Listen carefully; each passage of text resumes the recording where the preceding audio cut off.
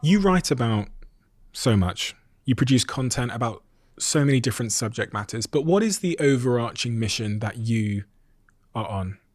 I'm trying to look almost systematically at a variety of causes of unhappiness created by the world we live in. Obviously the world we live in has solved many, many problems, but it's also generated in a host of areas particularly difficult challenges that have not really struck humanity before. And I like to think, both personally and on behalf of others, about what those problems are and how we might steer through them. The average human has 70,000 thoughts a day, right? Not huge, elaborate ones, but just stray, little fragmentary thoughts. 70,000 of them pass through consciousness every day. And the problem is that we don't know how to process them or use them. It's part of the reason why we end up with such, busy and troubling minds. We haven't stepped back in order to ask ourselves at the end of the day some of those questions that can calm us down, like, who am I angry with? What am I excited by? What's really happened today? We let experiences rush past us. And then, of course, experiences that haven't been digested properly have a nasty habit of coming to sting us in the tail. And I think you can look at a lot of mental troubles as essentially the outgrowth of unprocessed emotion. Depression is often sadness that hasn't understood itself. Anxiety or irritability is worry that doesn't know its own cause. And so often what we need, particularly in the modern world, is occasions on which we can get to know our own minds. It's a strange thing. Surely we know our own minds. Surely we know. No. The way that we're built is obviously not prioritizing a full awareness of ourselves. We're outward-facing creatures. We're action-focused creatures, which is all to the good and has many advantages. But because of the way we live now, more sedentary lives that call upon us not merely to be active, but also to be fulfilled, those lives require periods of introspection that our routines often don't allow for. So I'm always trying, both with myself and advising others, take that time in the evening and just sit down in a semi-darkened room and just ask yourself, what's coming up for me? What's really happened inside me? Because it can take a little while to realize what you're really upset by, what you're really excited by, etc. We're not obvious to ourselves. And as I say, so many of things that we call mental disorders or mental illnesses are really stored emotion that hasn't found a way out. Emotions that haven't been acknowledged have a nasty habit of stirring our conscience, demanding to be heard. They might want to tell our spines, they might want to tell our stomachs. And again, a useful exercise, so as not to be struck by so many of these psychosomatic disorders, is to ask the body what it's trying to tell you, so that it doesn't need to tell you in the more dramatic forms that end up as illnesses. So again, if you lie down, you simply say to yourself, if my back could speak, what does it want to tell me? If my shoulders could have their say, what are they trying to say? If my stomach could have a voice, what might it be trying to utter? Can you apply that same rationale to things like anxiety? Absolutely. If you take something like insomnia, right? You wake up at 3 a.m. The way I like to think of it is insomnia is, if you like, a kind of revenge for all those thoughts that you were so careful not to have in the day. You very carefully schemed not to have those thoughts in the day. Because of our emotional conscience, they want to be heard. And if you're not hearing them at 3 p.m., you're going to be hearing them at 3 a.m. And so, one of the best ways to sleep is to make sure you're having a little bit more of an in-depth conversation with yourself before you enter sleep, because that will allow you that kind of deeper rest. So, as I say, we have this emotional conscience that requires that the key things about us have a chance to be heard. And look, let's not forget, this is the whole theory of trauma. What psychotherapists have very usefully over the last 20, 30 years informed us about is that events in our past, especially in our early childhood, that we have not had a chance to properly understand and how much can a 3, 4, 5, 6-year-old understand? Events that we can't understand, it doesn't mean that they haven't registered. They've registered all the more deeply, and they haven't had a chance to be processed. I was thinking, a friend of mine recently lost a parent. He's in his 50s, well-educated, got resources, got friends, spouse, etc. He was telling me he was laid low by depression, just couldn't get out of bed, completely stunned by his loss. And I was thinking, in a way, he's lucky because he's got all those resources of adulthood. Imagine a 5-year-old child who suffers a bereavement. They've got no friends that they can have those sort of dialogues with. They've got no books that they can read about this. They've got no capacity to process. They've got no understanding of time, etc. Emotions that can't be had lodge themselves in us and gum up our systems. And I think so much of the work that we need to do on ourselves is to process pain that has not been properly understood, not because anyone's evil, but because we've lacked the resources to do so. You got me thinking about this concept of happiness as you're speaking, and whether it's a natural thing for our species to be aiming at, or whether it's a new, more modern thing that we've decided to focus upon. And are we causing ourselves immense distress in this pursuit of this thing that maybe our ancestors didn't ever think about? This whole, we think about self-actualization, and they were probably thinking about survival and reproduction more. Look, these all belong to the sort of paradoxes of modern times. Modern times have obviously brought us enormous advantages, but they've also brought us particular complexities that I think we'd be wise to realize. And one of them is the disappearance of religion. I mean, we are still among the first generations in many parts of the world to be trying to live good lives without the support of religion. Think of how religions structure time and human experience in time. As a religious person, you immediately feel that the present moment is not as important as 100, 200, 2,000 million year history that has come before and that will continue after. The present moment is a speck in time. And there's a whole narrative of which you're part of. That immediately diminishes you in scale. Now, nowadays, all of us want to be rather large, don't we? We want to be big people. We want to make a big impression. But arguably, this is a fast route to mental illness, because the graceful acceptance of your minuscule position in the cosmos is the gateway to calm and harmony. And when people say, I went into this hotel, the person made me feel small. That's the bad way of being made to feel small, but there's a good way of being made to feel small. Pick up an ancient text, read words that were written by someone in a foreign tongue 3,000 years ago. That'll make you feel small. Go into the desert, notice the age of the rocks inscribed in, time inscribed in sand. That'll put you in your place. Spend time with an animal that has no concern for your status, your sense of importance, your foiled narrative of your own success, all these things that drive modern humans mad. These are not present in an older kind of religious sphere.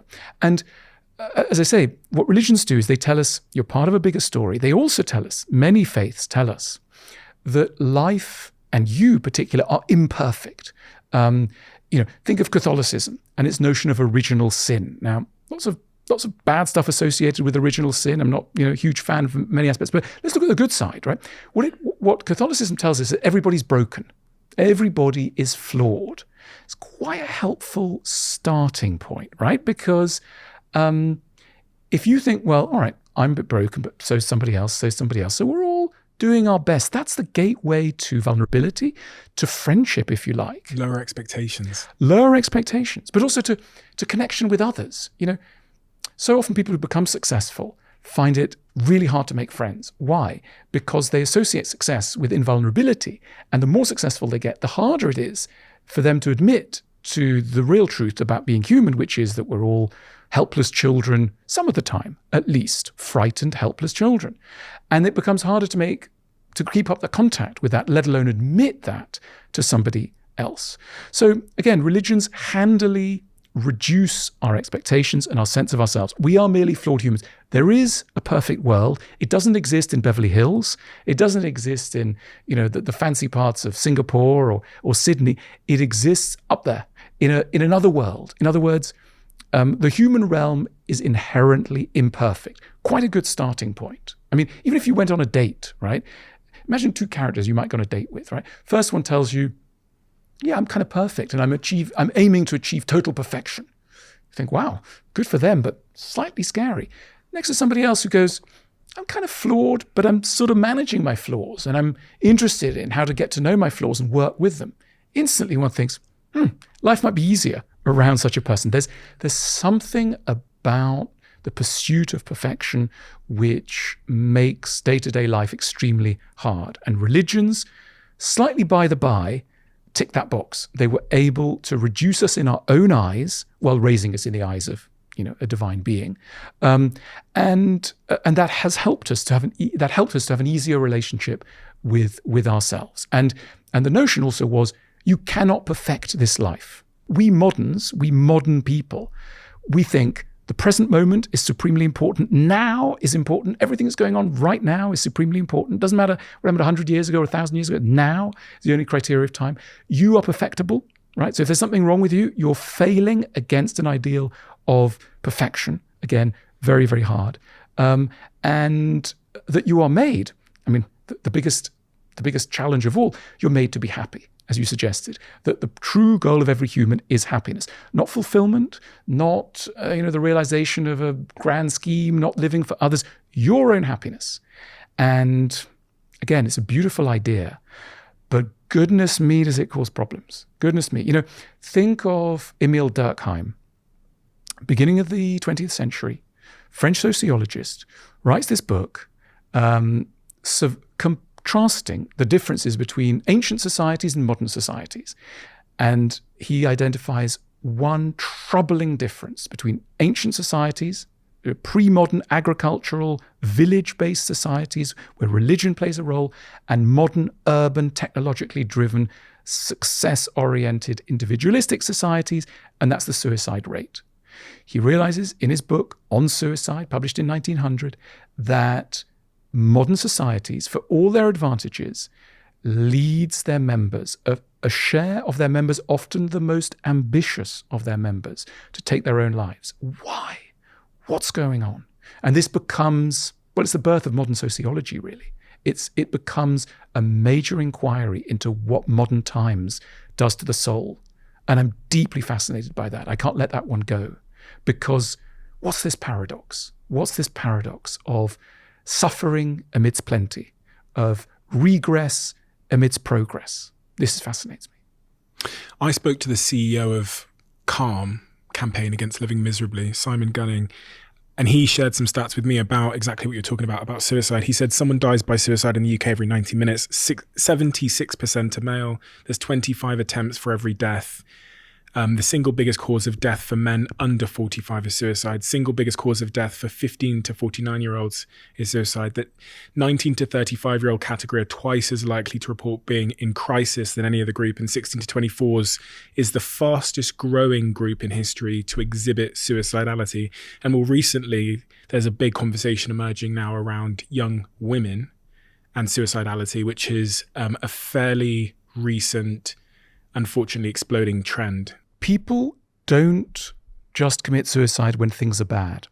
People commit suicide when things are bad and they think, it's a delicate point, they think it's their fault.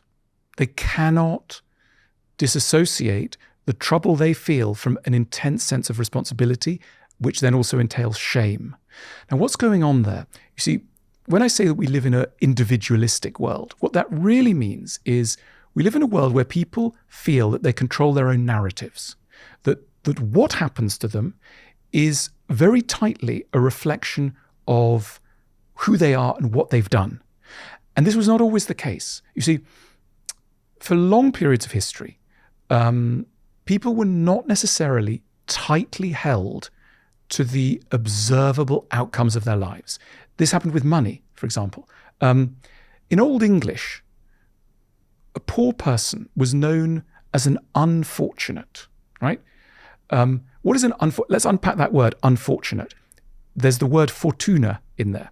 What was fortuna? For the Romans, fortuna was the goddess of luck, the goddess of fortune.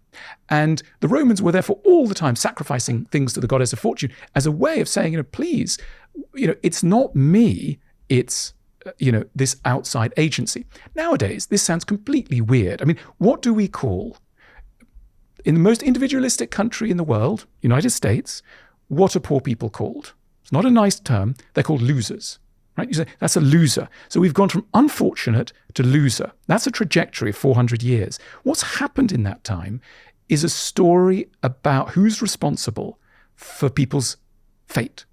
And nowadays, if I said to you, Stephen, things have not been going so well for me. I've just been sacked. My book hasn't sold, etc. But it's not me. I've just had a bit of bad luck. You, very nice person, but a modern person, side of you be thinking, he must have done something wrong, right? You'd be thinking he must have done something wrong because that's how we think.